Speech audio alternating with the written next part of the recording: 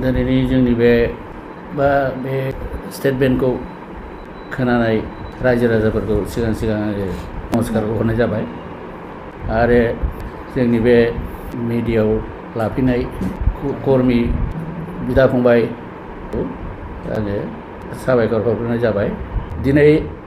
MP Dilip Saikia election केम्पेइनाव जोंनि ट्राइबेलफोरनि मोनथायनि बिरुदै जा बुंदों बेनि सोमोन्दै बुंनायनि बिरुदै रायजोफोरनो आङो बेखेवनानै होनो सानदों। दा बे इलेक्शना जोंनि बे दानि इलेक्शना बेनो एकदम क्रुसियेल इलेक्शन होनजायो। मानो होनना बुंबा जोंनि बे 6 शिड्युल सासनखौ ट्राइबेलनि 6 शिड्युल सासनखौ मोनसे सेक्सना फोजोबस्रांनो सेस्था खालामगासिनो दङ आरो बिसोर बे फोजोबस्रांनायखौ लानानै बिसोर बे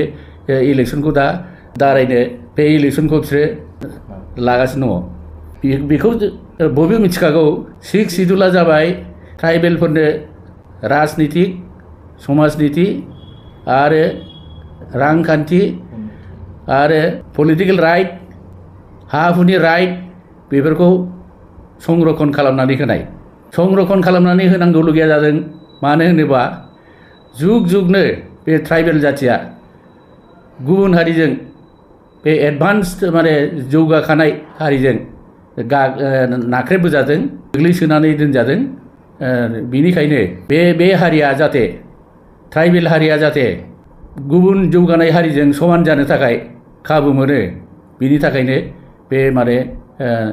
संरक्षणखौ खालामनानै होनाय जादों। बे संरक्षणखौ खालामनायावनो ट्राइबेलफ्रा जि गावनि राइटखौ मोनदों बे राइटखौ गुबुन हारिफ्रा दा जेरै आगेयाव जोंनि हा हुखौ आरो जोंनि सामाजिक बेबस्थाखौ बिसोरो गाग्लोबफैनानै बिसोरो मनग्लाबफैदोंमोन, थिग बिदिनो दा जोंनो बे संरक्षण खालामना होनाय बेबस्था, राजनितिक बेबस्था, अर्थनैतिक बेबस्था आरो हा हुनि बेबस्था बेखौ बिसोरो गाग्लोबनानै लाफिननो नागिरगासिनो दङ। बेखौनो बिसोरो दा बुङो बहाय बयबो समान अधिकार मोननांगौ। समान अधिकार मोननांगौ बे ट्राइबेलफ्रा संरक्षणआव मोननाय हा हुनि राइट आरो पलिटिकेल राइटखौ बिसोरो गावसोरजों समान मोनफानांगौ होननानै दाबि खालामनाय बे जोंनो होखानाय संरक्षण खालामना होनाय हा हु आरो पलिटिकेल राइटखौ बेयो सिख'फिननायसो बे जादों आरोखि।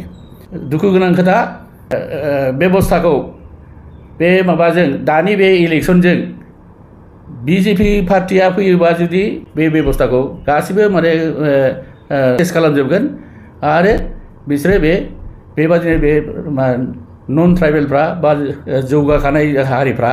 आरो जोंनि मोन्थायखौ सेजोबनायनि सेनानै लाजोबनायनि बे बेबस्थाखौ खालामगोन। बेखौनो बिसोरो मिटिङाव केम्पेइनाव बिसोर डिक्लेयार खालामखाथारबाय। चिफ मिनिस्टाराबो बुङो सुक्लाय सेरफाङाव बे केम्पेइन मिटिङाव फैनानै बिथाङा बुंफैदों दे सोरबाखौ लायनो जोङो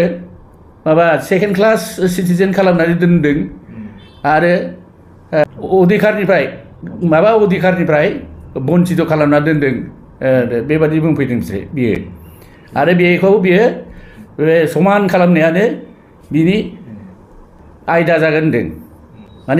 बिजेपिखौ पावाराव फैयोबा बिजेपिया बेखौ फोजोबस्रांनानै बेखौ समान खालामना होगोन बुंदों। थारमाने गभर्नमेन्टआनो जाय गभर्नमेन्टआ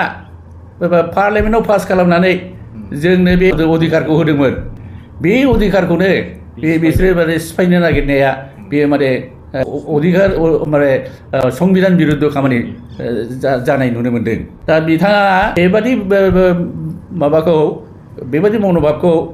आरो मोनसे मिटिङाव आगेनि मिटिङाव बियो बुंदों जे 6 शिड्युलाव नन ट्राइबेलफ्राबो गासिबो हा हु मोनजोबगोन। असमियानो जा गरखाफ्रानो जा बाङालियानो जा आरो मुस्लिमफ्रानो जा गासिबो हा मोनजोबगोन माने बिसोरो हा माने नामजारि होजोबनांगौ माने 15 दिननि भितरावनो होजोबनांगौ होननानै सार्कोल अफिसारफोरखौ बिथाङा बिथोन हरदों सार्कोल अफिसारफ्रालायनो 15 दिननि भितरावनो बे खामानिखौ मावना होजोबनांगौ दा बेयो बेसेबां माने बेयो आइन बिरुद्ध खोथा जादों 6 सिडुलनि बे बिरुद्ध खोथा बुंनाय जादों आरो जोंनि बे ट्राइबेल बेल्ट एन्ड ब्लकनि ट्राइबेलफोरनि राइटनि बिरुद्ध खोथा बुंनाय जादों 6 सिडुलाव हानि साबजेक्टआ 6 सिडुलाव माने बे 6 सिडुल एडमिनिस्ट्रेसननो हरबाय दा बाहाय स्टेट गभर्नमेन्टआ खुनु आखाइ गैला स्टेट गभर्नमेन्टआ बाहाय खुनु आखाइ गैला लेना ट्रेन्सफार साबजेक्ट बेयो माने 6 सिडुलाव फैबाय 6 सिडुला माने दा बे माबाखौ ट्राइबेलफोरनि थाखायल' बेखौ मेनेज खालामनांगौ ट्राइबेलफोरनि थाखायल' मेनेज खालामनांगौ खिन्थु लेन्डखौ स्टेट साबजेक्ट बुंनानै बिसोरो दा सिगिगासिनो दङ बे स्टेट साबजेक्ट होनानै माने लेन्डखौ माने बिसोरो एडमिनिस्ट्रेसन खालामनो हायो आरो ओमफ्राय बिसोर जेरै माबा मोजां नुयो बेबादि खालामगोन थारमाने नन ट्राइबेलफ्राबो बे 6 सिडुल एरियायाव कार्बि आंलंआनो जा डिमा हासावआनो जा आरो बिटिसिआवनो जा बेखौ डिक्लेयार खालामदों आरोखि बे एखे सुरैनो दिलीप सखियाबो नै दाख्लैसो उदालगुरियावनो बहाबा मिटिं जानायाव बेखौ बे रोखा रोखायै बुंबाय बियो जे 6 सिडुलाव ट्राइबेल बेल्ट एन्ड ब्लक आरो बे मोननैखौबो बे मोननैनि सुबिदाखौबो राइटखौबो माबा मोननो हाया बे मोननैनि भितराव मोनसेल' मोनगोन होनबाय बेबो खुनु रुल गैया 6 सिडुलाबो माने ट्राइबेल एरिया एडमिनिस्ट्रेसन ट्राइबेलफोरनि थाखाय हा माने एडमिनिस्ट्रेट खालामनाय आरो माने ट्राइबेल बेल्ट एन्ड ब्लकआबो ट्राइबेलफोरनि थाखाय माने ट्राइबेलफोरनि हा एडमिनिस्ट्रेसन खालामनाय ट्राइबेलफोरनि हाखौ रिजार्भ खालामना होनाय बेल्ट ब्लकआव बे ट्राइबेल एरियायाव ट्राइबेल थानाय जायगायाव बेखौ ट्राइबेलफोरनो रिजार्भ खालामना होनाय दा बेवहाय जेलानाखि 6 सिडुल जायो होमबाथ' बे माने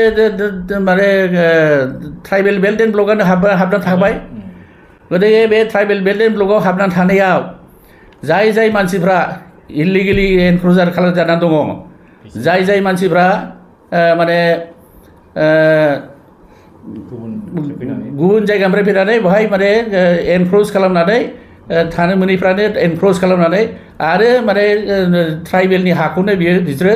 खायफा बायनानै लाबाय खायफा बायालाबानो ओरैनो दखल खालामना लाबाय बेबादि खालामनानै थाफैनाय दङ दा बेखौ माने बेखौ एभिक्सनसो खालामनांगौ दा बिसोर बोरै मोननांगौ जाखो माने ट्राइबेल थारमाने माने ट्राइबेल बेल्ट एन्ड ब्लकखौ माने 6 सिडुलाव माने दोनला होनोबा दोनलाथ' होननाय जा बेयो अट'मेटिकेलि बेयो मार्च जाखाबाय माबाजों 6 सिडुलजों दा 6 सिडुलाव आगिनि बे ट्राइबेल बेल्ट एन्ड ब्लकआव सोरबा माबा खालामनानै इलिगेल खालामनानै बिसोरो माने बाहाय माने थादोंबा बे 6 सिडुलावबो बिसोर थानो मोना बिसोर ट्राइबेल बेल्ट एन्ड ब्लकआव माने इलिगेल एनक्ल'जार खालामफैनायफ्रा माबायावबो थानो मोना 6 सिडुलावबो थानो मोना दा 6 सिडुलाव जोंना बिटिसि एमेन्डमेन्ट खालामनानै 6 सिडुल होनायाव बाउन्डारि बोनायाव माखासे 6 सिडुलनि बाहेरावबो गोलैदों माने बियो जेनेरेल एरियामोन आरोखि बियो ट्राइबेल बेल्ट एन्ड ब्लकनि बाहेराव गोलैनाया दा बेखौ बिसोरो माने जेनेरेल बा माने स्टेट गभर्नमेन्टनि आन्डार बिदि सानो आरोखि बिसोरो खिन्थु बे नङा बे गासिबो 6 सिडुल जाखाजोब्बाय बियो 6 सिडुलाव हाबजोब्बाय दा 6 सिडुलनि आयेन मथेसो बाहाय सोलिगोन दा बे हिसाबै बेवहाय जुदि बे 6 सिडुल नङै ट्राइबेल बेल्ट एन्ड ब्लक नङै माने बे जेनेरेल एरियायावबो 6 सिडुल जानायनि आगेयाव इलिगेल भाबै बे एरियायावबो गभर्नमेन्ट खासलेन्डआव इलिगेल भाबै थाफैनायफ्रा बिसोरबो मोना बिसोर नट क्वालिफाइड अनलि जाय मानसिफ्रा 2003 नि आगेयाव हा हु दंखायो ओमफ्राय पार्मानेन्ट रेसिडेन्ट बिसोरसो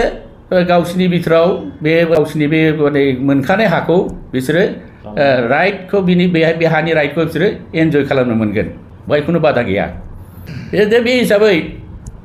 रावबो बहाय माने सेकेन्ड क्लास सिटिजेन जायाखै रावबो बहाय माने खुनु राइट मोनै जायाखै गावबागाव राइटआ गावबागाव दङ गावबागाव राइटआ गावबागाव दङ खिन्थु बे इलिगेल थाफैनायफ्रासो मोना बिसोरो इलिगेल थाफैनायफ्रासो मोना दा इलिगेल थाफैनायफ्रानो डिमान्ड खालामगासिनो थायो बे जोंबो मोननांगौ होननानै दा बेखौनो बे इलेक्सननि माबा लानानै सुबिदा लानानै माने बिजेपिया बे हाखौ होनानै बिसोरनो हाखौ होनानै भट आदाय खालामनायनि बुद्धि खालामनो ओंखायनो बिसोरो बयनोबो हा होजोबनांगौ होननाया बयनोबो हा होजोबनांगौ होननायनि खुनु खोथा गैया आयेनाव गैया आयेनाव रेस्ट्रिक्सन दं रेस्ट्रिक्सना बेनो जायफ्रा माबा ट्राइबेल बेल्ट एन्ड ब्लकआव इलिगेल एनक्रोचार जानानै थाफैदोंमोन आरो जायफ्रा बे जेनेरेल हायावबो जेनेरेल हाया दा माने 6 सिडुलाव फैबाय ओंखायनो बे 6 सिडुलनि हा जाबाय दा बहायबो बिसोरो जुदि गभर्नमेन्ट कास्टलेन्डआव इलिगेल भाबै थादोंमोनबा बिसोरबो लेन्ड राइट मोना बेहायबो रेस्ट्रिक्सन दं दिलीप सयखिया बिदि बुंनाया बेथ' इलिगेल आरो आयेन संगत नङा आरो बिसोरो बेबादिनो खालामनो नागिरगासिनो दङ जर जुलुम भाबै रिजार्भ हाखौ जोंनि रिजार्भ माने ट्राइबेल रिजार्भ हाखौ बिसोरो लांफिनजोबनायनि बेबस्था खालामगासिनो दङ पलिटिकेल माबायावबो कालचारेलावबो जेनेबा कालचारेलाव जोंनि माबा कालचारखौ लाखिनांगौआ बे मालायनि कालचारखौसो रासिन उन्नति खालामना होनाय बा बिसोरखौ प्रटेक्सन होनाय बिदिसो खालामगासिनो दङ बिसोरखौ सोरबो बुंदों जे माने 26टा जनगोष्ठी माबा नागिरलायनानै बे 26टा जनगोष्ठीनोबो गासिनोबो माने समान अधिकार होनाय बेबायदिथ' माने 6 सिडुलाव बुङाखै 6 सिडुलाव नोंखौथ' उन्नति खालामनो बुंदों नोंखौ उन्नति खालामना लानोसो बुंदों नोंखौ मालायजों समान खालामनानै लानोसो बुंदों नोङो मालायखौ नोंजों समान खालामनो बुङाखै नोंथ' मालायनिफ्राय गाहायसिनखा आगेयावबो गाहायसिनखा गाहायखायनो नोंसोरखौ फोजौनो बेबायदि सुबिदा होदों आरो बे गाहायसिनाव थानाय मानसियानो आरो गोजौसिनाव थानाय मानसिफोरखौ बिसोरजों समान खालामनांगौ होननाया बिसोरजों समाना जोंनो जानो हायाखै जोंनो दाबो आरो बिसोरखौ बोरै जोंनि समान खालामनांगौ जाखो थारमाने जोंनि सुबिदाखौ बिसोरो होजोबसै बेबादि माने जोंनि माबाफ्रा माने लिडारफ्रा बेबादि माबानिफ्राय बेखौ गारनांगौ आरो बेनिफ्राय माने रायजोफ्राबो जोंनि लिडारफोर बिदि खालामनायखौ माबा खालामनो सांग्रां जाना थानांगौ आरोखि दा बे माबायाव ज' जानानै इलेक्सन जानायाव जुदि सोरबा माने माबा खालामनो गभर्नमेन्ट फर्म खालामनो बे माने आरो बिजेपिजोंनो थांफिनबावो बेखौ माने खालामनो मोननाय नङा आरोखि आङो बेखौनो बुंनानै जाहाथे जोंनि फैगौ इलेक्सनाव जोंनि रायजोफ्रानो जोंनि माने ट्राइबेलफ्रानो जाहाथे बे माने सासन भारखौ लानो हायो आरो माने ट्राइबेलनि मोजांनि थाखाय खामानि मावलांनो हायो जोंनि माने राइटफोरखौ जोंनि माने रिजार्भ राइटफोरखौ जाहाथे लाखिनो हायो हमथानो हायो बिनि थाखायनो आङो बेखौ माने बयखौबो आपिल खालामनानै आं बुंनायखौ फोजोबनाय जाबाय।